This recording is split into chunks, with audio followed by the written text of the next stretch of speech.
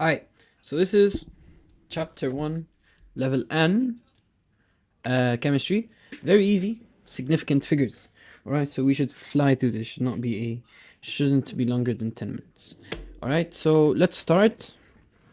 Okay, significant figures. This is a bit different to how we used to do significant figures. So, really quick.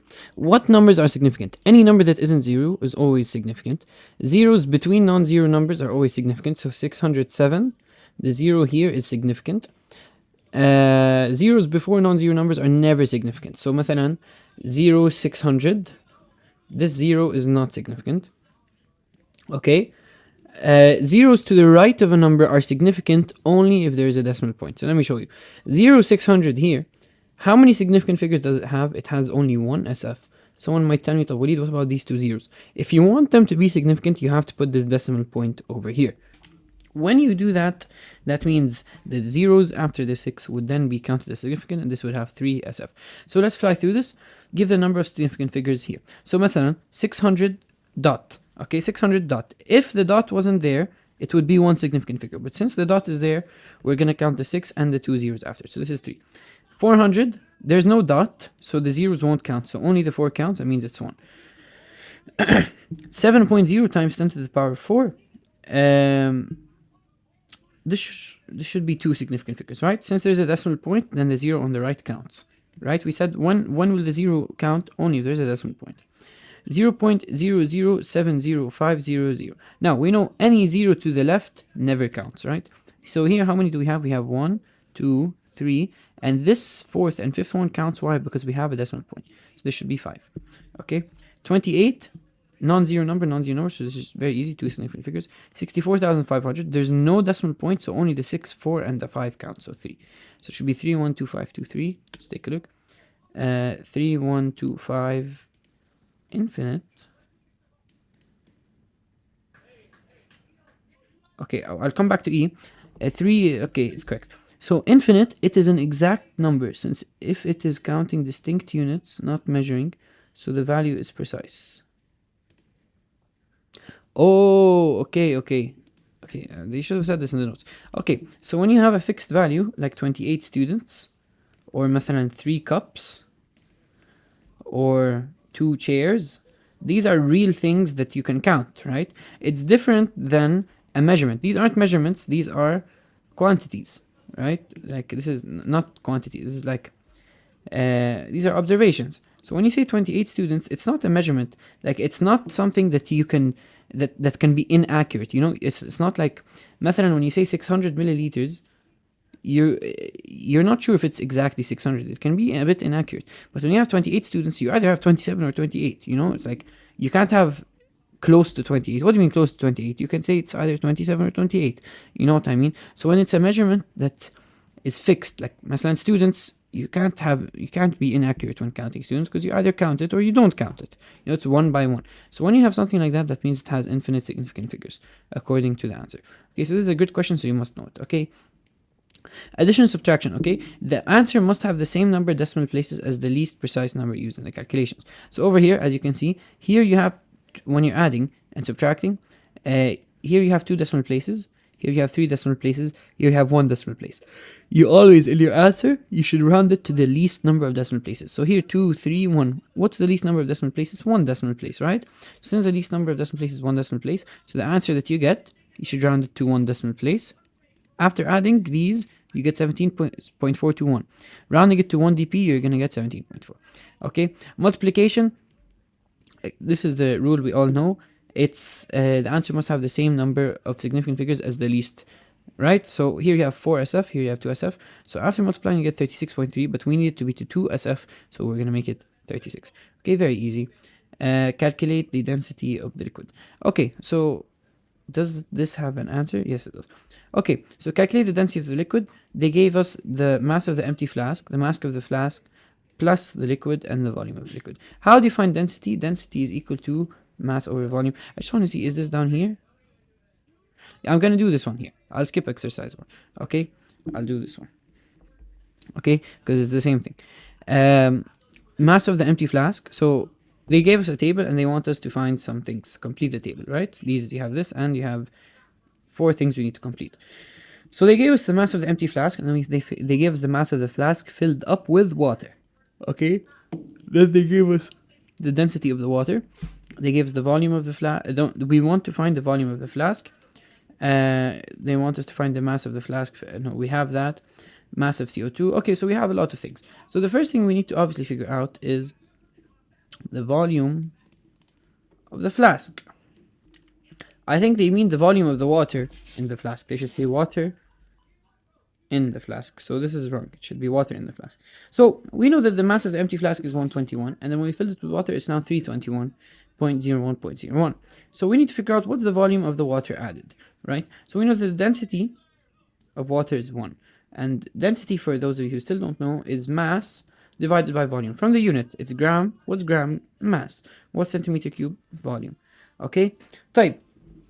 If we can figure out the mass of the water, then we can plug it in here, and since we know the density, D is equal to M over V, so we can just cross multiply and we can find V. Okay, so how much mass was added? To find the mass of H2O added, we do 321.01 minus 121.01. Now, it's subtraction, right? When you subtract this, you get, if I'm not wrong, 200. You get 200. Now, here you have two decimal places, here you have two decimal places. What's our rule for subtracting with significant figures? It should be the number of decimal places should be the same as the least number of decimal places. So here you have two decimal places, so it should be 2 decimal places, 200.00. So now we know what the mass is equal to. We know that the density is equal to 1.00. Let's find the volume. D is equal to mass divided by volume. So V is just going to be equal to the mass divided by the density. The mass is 200.00. The density is 1.00. What's our rule for dividing and multiplication for significant figures? Up you have 5 SF. Down you have 3 SF. So how many answers should how many significant figures should my answer be? It should be 3 SF. Why? Because when dividing and multiplying, you take the least number of significant figures. So 200 divided by 1, we already know it's easily 200. But since it needs to be 3 SF, I'm going to write it as 200. Type. Someone might come and say, Wali, this isn't 3 SF. Okay, so why isn't this 3 SF? Like I told you, these zeros will not count unless you put the dot here. So 200 dot. So that is the amount of water here. The volume will be 200 dot. Okay, then the mass of the flask filled up with carbon dioxide. So this is the mass of the empty flask.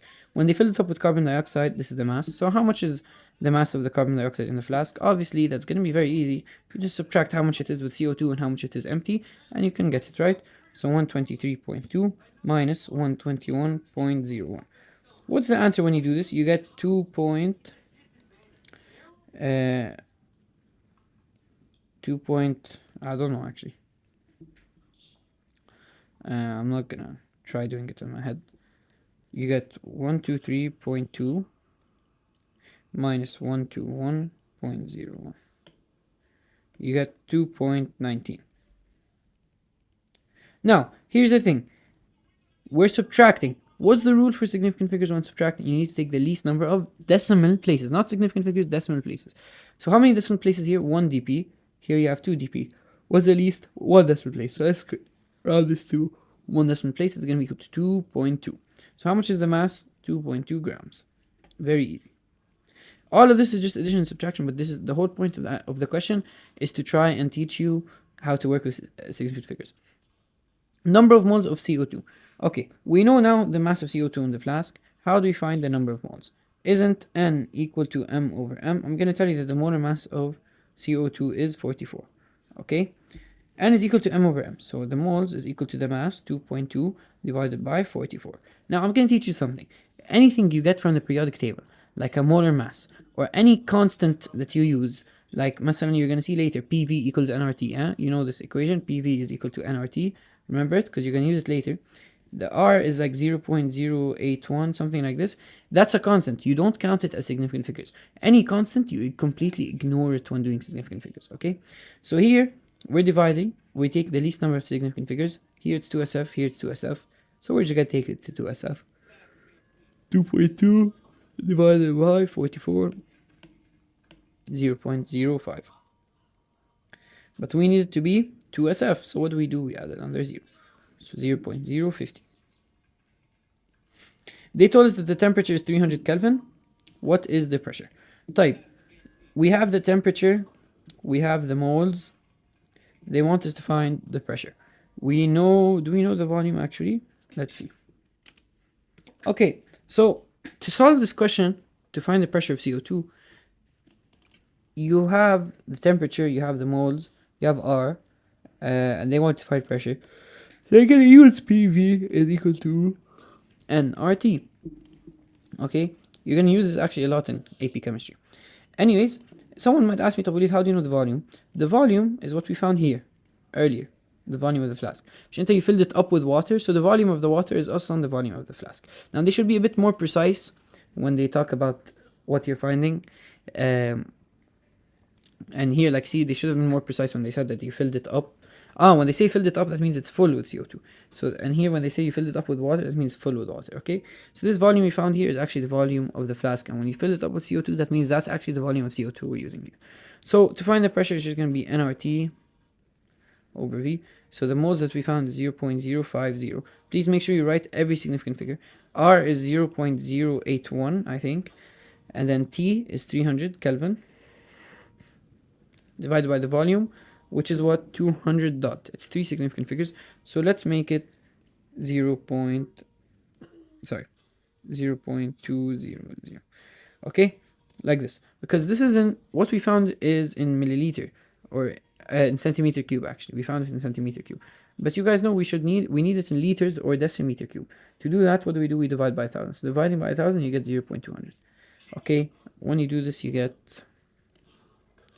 let's see, 0.05 times 0.081 times 300 over 0.2. You get 6.05. Okay, now we got 6.05. How many significant figures do we use? Significant figures, here we have 2SF. Here we have 2SF, but it's a constant. We ignore this. Here we have 3SF. No, here I actually have 1SF. Oh no, it's 3SF because they said 300 dot. Yeah, so it's 3SF. And here it's 3SF. So we needed the least amount of significant figures is this one, 2SF. So we're going to make this into 6.1. And the unit is, I think, ATM. Should be ATM. See, is it correct? 6.2. And what did I do? They used 0.082. Now the R will be given in the exam. I used 0.081. Really, it's going to be given in the exam. Okay, خلاص, moving on. Get chapter 1 over with. I'm not going to do top questions. There's not going to be written, so I'm going to ignore top questions. We only have one more thing here, and this is about the errors. Accuracy. You need to know what accuracy is and what precision is. There's a difference between the two. Okay, so there's a difference between being accurate and with being precise. When you're accurate, it shows whether or not all your values are within the true value. Okay, I'm gonna give you an example. And whether you're precise, it refers to how close you are. Sure. Wait, I'll explain these. Okay, I'll come back to that. Okay, a random error is an error that has equal probability of being high or low. What? Okay, yeah, no, it's just a random error. Systematic error occurs in each direction at the same time. It's always high or always low. What? Okay, exact numbers are formulas that were not obtained using measuring devices. They are numbers obtained by counting in formula, like 2 pi r, or in definitions 1 doesn't. Okay, this is like how I told you earlier. You ignore exact values in your significant figures. Now, accuracy and precision.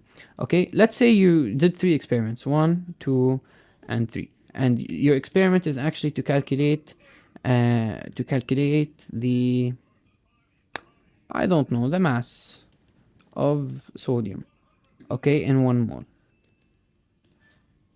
Okay, now the correct answer is 23. Now you did experiment 1, experiment 2, experiment 3, and you repeated each experiment 3 times. Okay, so in the first experiment you got 23.3, 22.4, actually no, 22.8, and you got 22.9. Okay, in the second experiment you got 11, you got 24, and you got 25. In the third experiment, you got 17, 18, 17.5. Okay, so over here, أول شيء you're very close to the result. So that means you're accurate because you're close to the true value. So the first one is accurate. Now, are the values precise? When we say it's precise, that means all three values need to be close to each other. These three are close to each other. So, and precise. Now here, we have these two values which are sort of close. So you can say they're accurate. We got an accurate value. But, you know, let me change this. 23 isn't close. Let me fix these. I'll use a different value. I'll use 23.7 and 23.5. Okay, so they're kind of close to 23. So you could say they're sort of accurate. But are they precise? It's not precise. Why is it not precise? Because you have this 11 here. Okay? Type 17, 18, 17.5. Is it accurate? Is it anywhere close to 23? It's not accurate. Right? But is it precise? Yes. They all agree with each other. Right? So precise. So this is the difference between accuracy and precision. Okay? Now, in this case, here, this is a random error. So it's either, where is it? It's a random error. A measurement has high or low. So, no, بالغلط, right? It's random. Here, since it's the same for everything, this is called a systematic error. Because it's in the same direction each time. It's always lower. See, here it's always lower. So معناته the guy, he messed up when doing his experiment. He did something wrong. Okay, so that's the difference. So systematic is when all of your values are like all either too low or all of them are either too high. So that means you did something wrong in your system. Okay? طيب. Yeah, that's pretty much it. But yeah, I'm gonna skip these tops because honestly, ما إلي خلق and you don't have written for this final. Okay, so that being said, thank you so much for watching and good luck.